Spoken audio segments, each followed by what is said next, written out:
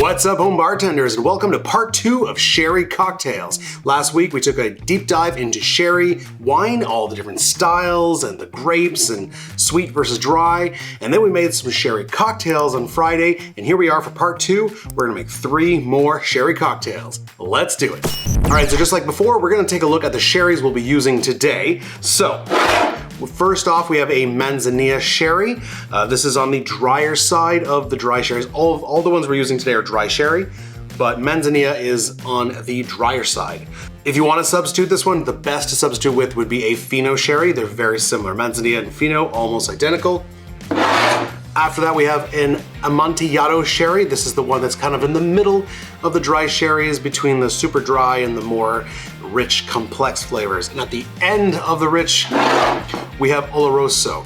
So very dry, very rich, in the middle. These are all dry sherries. None of these are sweet sherries. We're not using Pedro Ximénez today, so you don't need a sweet sherry. We're just using dry. So if you want to use the same sherry throughout, feel free, as long as it's one of these. Okay, let's do it. All right, so with Amontillado sherry, we got Smith & Cross, my favorite rum, and my homemade apricot liqueur. This is the Flor de Jerez. Okay, so we're starting off with 1.5 ounces of Amontillado sherry. Once again, use whichever one you want. After that, we want a Jamaican pot still rum. I'm using Smith & Cross, of course. You could use another pot still rum. Plantation Zaimaca is fantastic sub for that. 1/4 ounce of apricot liqueur, any brand you want. I'm using my homemade Rob's Home Bar apricot liqueur. We got 3/4 ounce of lemon juice.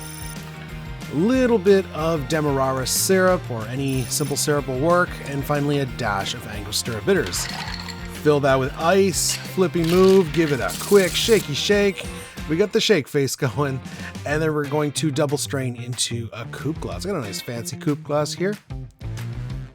Looking good, beautiful color on it. For garnish, we're gonna do a simple lemon peel. It's not the best lemon peel, but still looks delicious. Moving on. All right, looks good though. Our next one here. Oh, Lord, why am I making so many close-ups? Too many close-ups. All right, for our next one, we're using Oloroso sherry. We've got some aged rum, Angostura 1919. This is the Thunder in Paradise. We're also going to be using some cream of coconut for this one. I'm using Coco Real because it's winter and I'm not going to make my own. In the summertime, I make my own cream of coconut, but it doesn't last very long, so the rest of the year, store-bought. All right, 3/4 ounce of your cream of coconut. That's some thick stuff. We also have 1/2 ounce of orgeat. That's 2 nut syrups. I'm hoping that this is not way too sweet. 3/4 ounce of lime juice. Hopefully that balances out a little bit. 1/2 ounce of our Oloroso sherry. Once again, any dry sherry will work. But for this one, we're not using a lot, so a rich sherry is a good idea. So Oloroso is the way to go. And 1 ounce of our Angostura 1919 aged rum.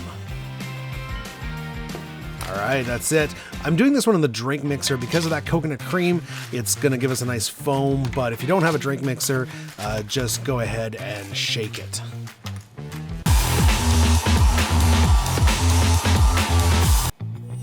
And we're gonna serve in a pearl diver glass. The original recipe said a sling glass or any kind of tall glass. Because we have that nice coconut foam, this Luxardo cherry is gonna sit right on top, and then we're going to decorate with several dashes of Peychaud's bitters. And because of that foam, those bitters are gonna stay on top. They're not gonna mix quite right away. It's gonna be beautiful. And there it is, the Thunder in Paradise. Oh, yeah, that looks like a good one. Okay, our last cocktail for today, Manzanilla sherry. We've got some cognac and we got Peychaud's bitters. This is the Sherry Valence. I'm not even sure how to pronounce that. 1.5 ounces of Manzanilla sherry. Remember, this is a dry sherry, so you could definitely sub with Fino, but again, use whichever you got. Now, technically, this should be Armagnac here. I don't have Armagnac, so we're going to be using cognac. But, any brandy you have. If you can switch the sherry, you can switch the brandy. It's all good. 1/2 ounce of orgeat once again.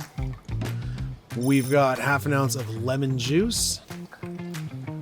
We're also going to do 1/2 ounce of orange juice. I freshly squeezed just a little bit. I had half an orange hanging around, so There we go, half an ounce of freshly squeezed orange juice, and then 3 dashes of Peychaud's bitters. This one's a shake and drink once again, so give it some ice, flippy move, shakey shake, and we're gonna serve it in a coupe. Another one with the nice, beautiful color. This one actually did not call for a garnish. It specifically said no garnish, so we're not gonna garnish it. And there it is, guys, our 3 awesome sherry cocktails.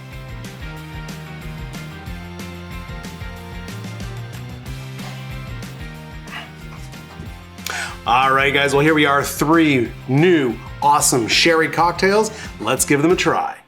So we're gonna start with the Flor de Jerez. So I've been wanting to try this one for a little while. Here it is, the Flor de Jerez.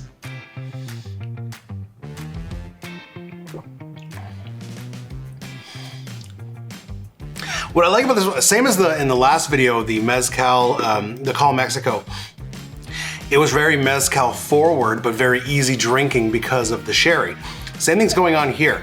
That Smith & Cross, that Jamaican pot still rum is really hitting, but it's very easy drinking because of that Amontillado sherry. The sherry comes through as well, but it just makes it such a mellow, easy drink. That is really good. You could really, because again, low ABV, you could crush like 4 of these, no problem. That's fantastic. All right, next one here is the Thunder in Paradise. I mean, on the nose, you really get the Peychaud's bitters. They'll eventually seep down, although because I use a drink mixer, I got a really nice coconut foam on top. So those Peychaud's are not gonna mix too quickly.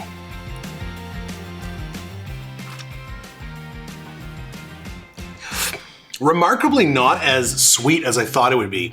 I had 3/4 ounce of cream of coconut and then half an ounce of orgeat. I thought this would just be a sugar bomb, but because we've got the lime juice in there, it's balancing out pretty well.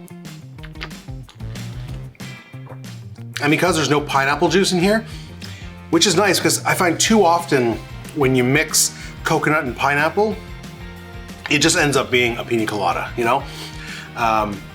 So many drinks try to be different than the pina colada, but as soon as you put pineapple and coconut together, you're a pina colada. So because this one here does not have the pineapple, it's got that coconut, but the coconut balances out with the lime juice, and it's kind of more of a sour pina colada vibe, so it doesn't feel like a pina colada, even though it kind of does. It's hard to explain, but this is actually quite nice.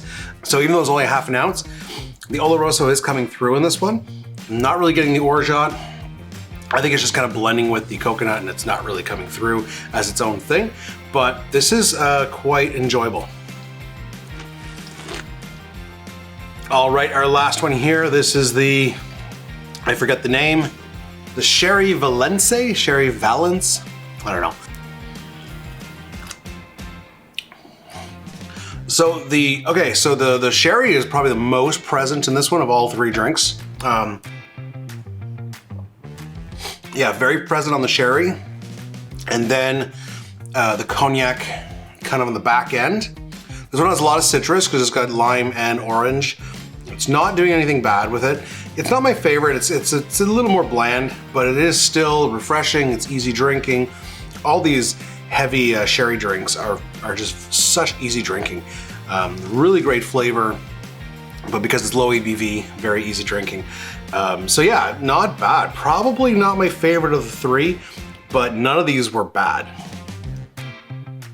So another 3 great sherry drinks. Definitely my favorite, the Flor de Jerez, followed by the Thunder in Paradise, and then last place gonna give it to the Sherry Valence, but these are all still 3 very good sherry drinks. Don't forget that we made 3 other sherry drinks last week, so if you haven't seen that video, check out that video, and also check out my starter guide to sherry, where I explain all the different kinds of sherry, the difference between dry and sweet sherries, and the grapes, and the styles, and everything. Make sure you check that out, and we will see you next time, guys. Cheers.